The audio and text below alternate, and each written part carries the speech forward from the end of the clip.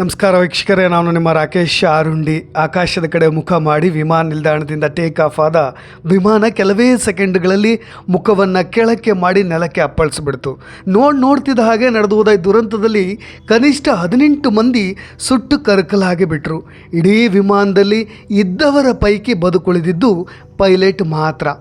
ಎಷ್ಟೊಂದು ಕನಸುಗಳನ್ನು ಹೊತ್ತುಕೊಂಡು ನಾನು ಆರಂಭದಲ್ಲಿ ಹೇಳಿದ ಹಾಗೆ ಆಕಾಶದ ಕಡೆ ಅನೇಕ ಕನಸುಗಳನ್ನು ಹೊತ್ತು ಸಾಗ್ತಾ ಇದ್ದಂಥ ವಿಮಾನ ಬಲಕ್ಕೆ ತಿರುಗಿ ನೆಲಕ್ಕೆ ಅಪ್ಪಳಿಸ್ಬಿಡ್ತು. ಈ ವಿಡಿಯೋಗಳನ್ನು ನೀವು ಸೋಷಿಯಲ್ ಮೀಡಿಯಾಗಳಲ್ಲಿ ನೋಡ್ತಾ ಇದ್ದೀರಾ ಕೂಡ. ನೇಪಾಳ ದೇಶದ ರಾಜಧಾನಿ ಕಠ್ಮಂಡು ನಗರದಲ್ಲಿರುವ ತ್ರಿಭುವನ್ ಅಂತಾರಾಷ್ಟ್ರೀಯ ವಿಮಾನ ನಿಲ್ದಾಣದಲ್ಲಿ ಟೇಕ್ ಆಫ್ ಆಗೋ ವೇಳೆ ಆದಂಥ ದುರಂತ ಇದು. ಆ ವಿಮಾನ ಹೊತ್ತಿ ಹುರಿದಿದ್ದೆಲ್ಲವನ್ನು ಕೂಡ ನೋಡ್ತಾ ಇದ್ದೀರಾ. ಜೊತೆಗೆ ಬೆಂಕಿಯ ಕೆನ್ನಾಲಿಗೆಗೆ ಸಿಕ್ಕು ಎಲ್ಲರೂ ಕೂಡ ಸುಟ್ಟು ಕರಕಲಾಗಿಬಿಟ್ಟಿದ್ದಾರೆ. ಈ ಘಟನೆಯಲ್ಲಿ ವಿಮಾನದಲ್ಲಿದ್ದ 19 ಜನರ ಪೈಕಿ 18 ಮಂದಿ ಸ್ಥಳದಲ್ಲೇ ಸಾವಿಗೀಡಾಗಿ ಬಿಟ್ಟರು. ವಿಮಾನದ ಪೈಲಟ್ ಮಾತ್ರ ಗಂಭೀರವಾಗಿ ಗಾಯಗೊಂಡು ಸದ್ಯ ಅದೃಷ್ಟವಶಾತ್ ಬಚಾವಾಗಿ ಬಿಟ್ಟಿದ್ದಾರೆ. ಕ್ಷಿಪ್ರಗತಿಯ ಕಾರ್ಯಾಚರಣೆ ನಡೆಸಿದಂಥ ಅಗ್ನಿಶಾಮಕ ಸಿಬ್ಬಂದಿ ಜೊತೆಗೆ ನೇಪಾಳದ ಸೇನಾಪಡೆಗಳು ಆತನನ್ನು ರಕ್ಷಿಸೋ ಕಾರ್ಯವನ್ನು ಮಾಡಿದ್ದಾರೆ. ಆ ಪೈಲಟ್ನ ಆಸ್ಪತ್ರೆಗೂ ಕೂಡ ರವಾನೆ ಮಾಡಿದ್ದಾರೆ. ಆ ಭಗವಂತನಲ್ಲಿ ನಾವೆಲ್ಲರೂ ಪ್ರಾರ್ಥನೆ ಮಾಡೋಣ, ಆತನಾದರೂ ಬದುಕಿ ಬರಲಿ ಅಂತ. ವಿಮಾನಕ್ಕೆ ಬೆಂಕಿ ಹೊತ್ಕೊಳ್ಳಿಕ್ಕೆ ಏನು ಕಾರಣ ಅನ್ನೋದರ ಕುರಿತಾಗಿಯೂ ಕೂಡ ಈಗ ನೇಪಾಳ ಸೇನೆ ತನಿಖೆಯನ್ನು ಶುರು ಮಾಡಿದೆ. ಜುಲೈ 24 ಇವತ್ತು ಅಂದರೆ ಬುಧವಾರ ಬೆಳಗ್ಗೆ 11 ಗಂಟೆ ಸುಮಾರಿಗೆ ಈ ದುರ್ಘಟನೆ ನಡೆದು ಬಿಡ್ತು. ನೀವು ಆ ವೈರಲ್ ಆಗಿರೋ ವಿಡಿಯೋಗಳನ್ನು ಗಮನಿಸಿದಾಗ ಏರ್ಪೋರ್ಟ್ನಲ್ಲಿದ್ದಂಥ ಸಿಬ್ಬಂದಿಗಳು ಕೂಡ ವಿಮಾನ ನೆಲಕ್ಕೆ ಬೀಳ್ತಾ ಇರೋದರ ನೇರ ದೃಶ್ಯಗಳನ್ನು ಅವ್ರು ನೋಡಿ ಶಾಕ್ ಆಗಿಬಿಟ್ರು, ಅವಕ್ಕಾಗಿಬಿಟ್ರು. ನಮ್ಮ ಕಣ್ಮುಂದೆಯೇ ನಮ್ಮವರನ್ನು ಕಳ್ಕೊಳ್ತಾ ಇರೋ ರೀತಿ, ಜೊತೆಗೆ ಪ್ರಯಾಣಿಕರು ಈ ದುರಂತದಲ್ಲಿ ಈಡಾಗಿ ಅವರ ಕುಟುಂಬದಿಂದ ದೂರ ಆಗೋ ವಿಷಯ ಇದೆಯಲ್ಲ, ಅದನ್ನು ನೇರವಾಗಿ ನೋಡೋ ದೃಶ್ಯ ಇದೆಯಲ್ಲ, ಅದು ನಿಜಕ್ಕೂ ಕೂಡ ಕರಾಳ ದೃಶ್ಯಗಳು ಅಂತಲೇ ಹೇಳ್ಬೋದು. ನೇಪಾಳದ ಫೋಕ್ರಾಗೆ ಹೊರಡ್ತಾ ಇತ್ತು ಈ ವಿಮಾನ. ಸೌರ್ಯ ಏರ್ಲೈನ್ಸ್ ವಿಮಾನಯಾನ ಸಂಸ್ಥೆಗೆ ಸೇರಿದಂಥ ವಿಮಾನ. ಪೋಖ್ರಾ ನಗರದಲ್ಲಿ ವಿಮಾನಗಳ ನಿರ್ವಹಣೆಯ ಪರಿಶೀಲನೆಗಾಗಿ 17 ಮಂದಿ ತಂತ್ರಜ್ಞರನ್ನು ಹೊತ್ತು ವಿಮಾನ ಹೊರಟಿತ್ತಂತೆ. ಅಂದರೆ ಈ ವಿಮಾನಗಳನ್ನು ಮ್ಯಾನೇಜ್ಮೆಂಟ್ ಮಾಡ್ತಾರಲ್ಲ, ಅದನ್ನು ಚೆಕ್ ಮಾಡೋದು ಅಥವಾ ತಾಂತ್ರಿಕವಾಗಿ ಸರಿ ಇದೆಯಾ ಇಲ್ವಾ ಅನ್ನೋದನ್ನು ಚೆಕ್ ಮಾಡುವಂಥ ಟೀಮನ್ನು ಹೊತ್ತು, ಟೆಕ್ನಿಷಿಯನ್ಸ್ಗಳನ್ನು ಹೊತ್ತು ಈ ವಿಮಾನ ಹೊರಟಿತ್ತಂತೆ. ವಿಮಾನದಲ್ಲಿ ಪೈಲಟ್ ಸೇರಿ 2 ಸಿಬ್ಬಂದಿ ಮಾತ್ರ ಇದ್ದರು. ಅಪಘಾತಕ್ಕೀಡಾಗಿರೋ ವಿಮಾನ CRZ-200 ವಿಮಾನ. ಇದು ಸುಮಾರು 50 ಮಂದಿ ಕೂರಲಿಕ್ಕೆ ಅವಕಾಶವಿದ್ದಂಥ ವಿಮಾನ. ಒಟ್ಟಾರೆಯಾಗಿ ಅವರು ಕೊಟ್ಟಿರೋ ಮಾಹಿತಿಯ ಪ್ರಕಾರ ಬೆಳಗ್ಗೆ 11:11ಕ್ಕೆ ದುರ್ಘಟನೆ ನಡೆದಿದ್ದು. ರನ್ವೇ 2ರಿಂದ ಟೇಕ್ ಆಫ್ ಆದ ಸ್ವಲ್ಪ ಸಮಯಕ್ಕೆ ವಿಮಾನ ಬಲಕ್ಕೆ ತಿರ್ಕೊಂಡ್ಬಿಡುತ್ತೆ ಮತ್ತು ರನ್ವೇಯ ಪೂರ್ವ ಭಾಗದಲ್ಲಿ ಅಪ್ಪಳಿಸ್ಬಿಡುತ್ತೆ. ನೆಲಕ್ಕೆ ಅಪ್ಪಳಿಸಿರೋ ದೃಶ್ಯಗಳನ್ನು ನೀವು ನೋಡ್ತಾ ಇದ್ದೀರಾ. ಜೊತೆಗೆ ಕ್ಷಣಾರ್ಧದಲ್ಲೇ ಆ ಬೆಂಕಿಯ ಕೆನ್ನಾಲಿಗೆಗೆ ಸಿಕ್ಕು ಮೇಲೆ ದಟ್ಟವಾದಂಥ ಹೊಗೆ ಆಕಾಶಕ್ಕೆ ಚಿಮ್ಮುತ್ತಾ ಇರೋ ವಿಡಿಯೋಗಳನ್ನು ನೀವು ನೋಡ್ತಾ ಇದ್ದೀರಾ. ತಕ್ಷಣ ರಕ್ಷಣಾ ಕಾರ್ಯಾಚರಣೆ ಆರಂಭವಾಗುತ್ತೆ. ಬೆಂಕಿಯನ್ನು ನಿಯಂತ್ರಣಕ್ಕೆ ತರಲಾಗುತ್ತೆ. ಅಗ್ನಿಶಾಮಕ ಸಿಬ್ಬಂದಿ ಮತ್ತು ಸೇನಾಪಡೆ ಸ್ವಲ್ಪ ಆ ಸ್ಥಳಕ್ಕೆ ಬರೋದು ತಡವಾಗುತ್ತೆ ಅನ್ನೋ ಮಾಹಿತಿಗಳು ಕೂಡ ಕೇಳಿಬರ್ತಾ ಇದೆ. ಒಬ್ಬ ಗಾಯಗೊಂಡ ವ್ಯಕ್ತಿಯನ್ನು ಅಂದರೆ ಕ್ಯಾಪ್ಟನ್ ಮನೀಶ್ ರತ್ನಶಕ್ಯ ಅನ್ನೋರನ್ನ ರಕ್ಷಣೆ ಮಾಡಿ ಆಸ್ಪತ್ರೆಗೆ ಸೇರಿಸಲಾಗಿದೆ. ಉಳಿದ 18 ಜನರು ಕೂಡ ಸತ್ತು ಬಿಟ್ಟರು. ಸಾವು ನೋವುಗಳ ದೃಶ್ಯಗಳು, ಜೊತೆಗೆ ತಮ್ಮವ್ರನ್ನ ಕಳೆದುಕೊಂಡ ದುಃಖದಲ್ಲಿ ಅವರ ಕುಟುಂಬದವರು ಅಳುತ್ತಾ ಇರೋ ರೋದನೆಯ ದೃಶ್ಯಗಳನ್ನು ಎಲ್ಲವನ್ನು ನೋಡಿ ಈಗ ಮಮ್ಮಲ ಮರುಗ್ತಾ ಇರೋದು ಆ ವಿಡಿಯೋಗಳನ್ನು ನೋಡಿದಂಥ ಸಾರ್ವಜನಿಕರು. ಜೊತೆಗೆ ವಿಮಾನದಲ್ಲಿದ್ದಂಥ ವ್ಯಕ್ತಿಗಳು ಅಮಿತ್ ಮಹಾರ್ಜಾನ್, ಸಾಗರ್ ಆಚಾರ್ಯ ಎಲ್ಲರೂ ಕೂಡ ನೇಪಾಳಿಯರೇ. ದಿಲೀಪ್ ವರ್ಮಾ, ಮನುರಾಜ್ ಶರ್ಮಾ, ಜೊತೆಗೆ ಸಹ ಪೈಲಟ್ ಒಬ್ಬರು ಇದ್ದರು. ಅವರ ಹೆಸರು ಸುಶಾಂತ್ ಕಟ್ಟುವಾಲ್ ಅನ್ನೋರು.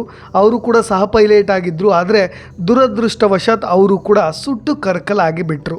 ಸದ್ಯ ಈ ಘಟನೆ ನಡೆದ ಹಿನ್ನೆಲೆಯಲ್ಲಿ ತ್ರಿಭುವನ್ ಅಂತಾರಾಷ್ಟ್ರೀಯ ವಿಮಾನ ನಿಲ್ದಾಣದಲ್ಲಿ ಬಿಗಿ ಭದ್ರತೆಯನ್ನು ಕೂಡ ಒದಗಿಸಲಾಗಿದೆ. ಹೆಚ್ಚಿನ ಭದ್ರತಾ ಸಿಬ್ಬಂದಿಯನ್ನು ಕೂಡ ನಿಯೋಜನೆ ಮಾಡಲಾಗಿದೆ.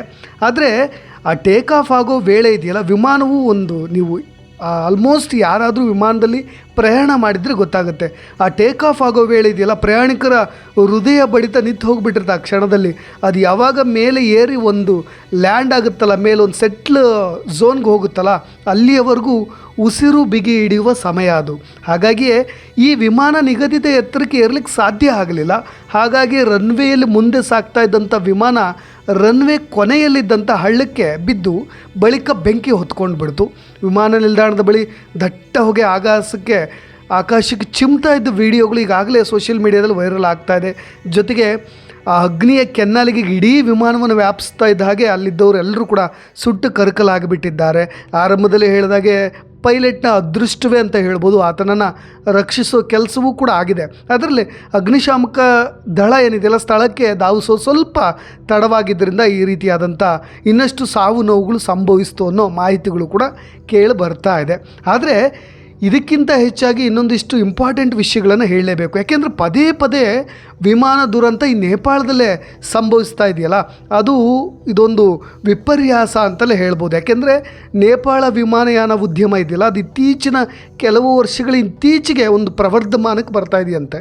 ಜೊತೆಗೆ ಕಷ್ಟಕರವಾದಂಥ ಪ್ರದೇಶಗಳು, ಜೊತೆಗೆ ವಿದೇಶಿ ಚಾರಣಿಗರು ಈ ಮೌಂಟ್ ಎವರೆಸ್ಟ್ಗಳನ್ನು ಹತ್ತೋರ ನಡುವೆ ಸರಕುಗಳು ಮತ್ತು ಜನರನ್ನು ಸಾಗಿಸುವಂಥ ವಿಮಾನಯಾನ ಸಂಸ್ಥೆ ಇದು. ಆದರೆ ಸಾಕಷ್ಟು ತರಬೇತಿ ಇರೋರು, ಜೊತೆಗೆ ಇನ್ನಷ್ಟು ಟೆಕ್ನಿಷಿಯನ್ಸ್ಗಳು, ಸ್ಟ್ರಾಂಗ್ ಟೆಕ್ನಿಷಿಯನ್ಸ್ಗಳು, ಜೊತೆಗೆ ಗೊತ್ತಿರ್ತಕ್ಕಂಥವ್ರು, ಈ ಥರದ ಸಾಕಷ್ಟು ತರಬೇತಿ ಹೊಂದಿದ ಪೈಲಟ್ಗಳ ಕೊರತೆಯಿಂದಾಗಿಯೇ ಈ ಥರದ ಘಟನೆಗಳು ನಡೀತಾ ಇದೆ ಅಂತ. ಜೊತೆಗೆ ಕಳಪೆ ನಿರ್ವಹಣೆಯ ಜೊತೆಗೆ ವಿಮಾನಗಳ ಸುರಕ್ಷತೆಯ ಬಗ್ಗೆ ಹೆಚ್ಚು ಈ ನೇಪಾಳ ವಿಮಾನಯಾನ ಸಂಸ್ಥೆ ಗಮನ ವಹಿಸಿಲ್ಲ.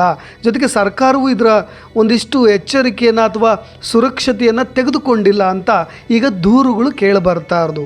ಕಾರಣ ಯಾಕೆ ಅಂದರೆ ಅದಕ್ಕೂ ಒಂದು ಮಾತಿದೆ. ಯಾಕೆಂದರೆ ಎಷ್ಟು ದುರಂತಗಳು ಸಂಭವಿಸಿದವೆ ಅಂದರೆ ನೇಪಾಳದಲ್ಲಿ ವರ್ಷಕ್ಕೊಂದು ಸರಾಸರಿ ವಿಮಾನ ದುರಂತ ಆಗ್ತಾ ಇದೆಯಂತೆ. ಈವರೆಗೆ ಇಂದಿನ ವಿಮಾನದ ದುರಂತವನ್ನು ಸೇರಿಸಿ ಲೆಕ್ಕ ಹಾಕೋದಾದ್ರೆ ಕನಿಷ್ಠ 12 ಮಾರಣಾಂತಿಕ ವಿಮಾನ ದುರಂತಗಳು ನಡೆದಿವೆ ಅಂತೆ.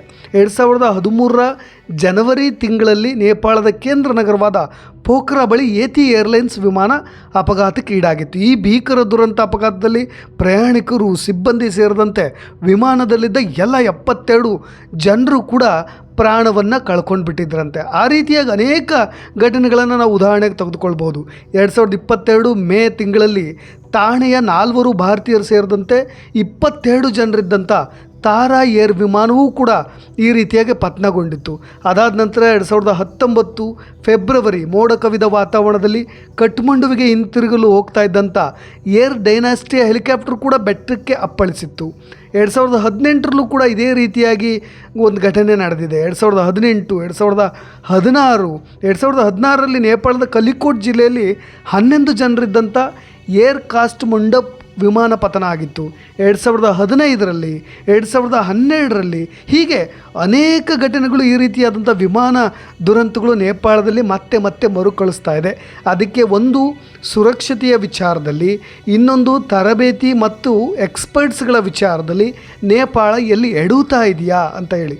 ಒಟ್ಟಾರೆಯಾಗಿ ಈ ನೇಪಾಳದ ವಿಮಾನಯಾನ ಉದ್ಯಮ ಇದೆಯಲ್ಲ, ಇದು ಇನ್ನಷ್ಟು ಎಚ್ಚರಿಕೆಯನ್ನು ವಹಿಸಬೇಕಾಗತ್ತೆ, ಇನ್ನಷ್ಟು ಜಾಗರೂಕತೆಯನ್ನು ವಹಿಸಬೇಕಾಗತ್ತೆ. ಇಲ್ಲದೇ ಇದ್ದರೆ ಇದೇ ರೀತಿಯಾದಂಥ ಪದೇ ಪದೇ ವಿಮಾನ ದುರಂತಗಳು ಸಂಭವಿಸ್ತಾ ಇರುತ್ತೆ ಅನ್ನೋದು ನುರಿತರ ಮತ್ತು ತಂತ್ರಜ್ಞರ ಮಾತುಗಳು.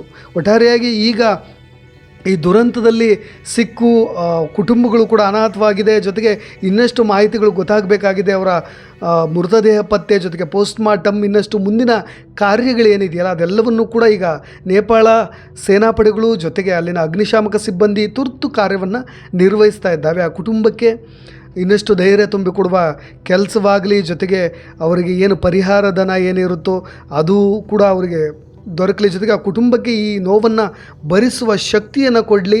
ಈಗ ಆಸ್ಪತ್ರೆಯಲ್ಲಿ ಗಂಭೀರ ಚಿಕಿತ್ಸೆಯನ್ನು ಪಡೀತಾ ಇರತಕ್ಕಂಥ ಪೈಲಟ್ ಆತನೂ ಕೂಡ ಯಾವುದೇ ರೀತಿಯಾದಂಥ ಪ್ರಮಾದವಾಗದೆ ಬದುಕಿ ಬರಲಿ ಅನ್ನೋದೇ ನಮ್ಮ ಆಶಯ, ಜೊತೆಗೆ ಆ ದೇವರಲ್ಲಿ ಪ್ರಾರ್ಥನೆ ಅಂತ ಹೇಳ್ತಾ ಇದೇ ರೀತಿಯಾದಂಥ ಅಪ್ಡೇಟ್ಸ್ಗಳೊಂದಿಗೆ ಮತ್ತೆ ಬರ್ತೀನಿ. ನಾನು ರಾಕೇಶ್ ಆರುಂಡಿ. ಧನ್ಯವಾದಗಳು.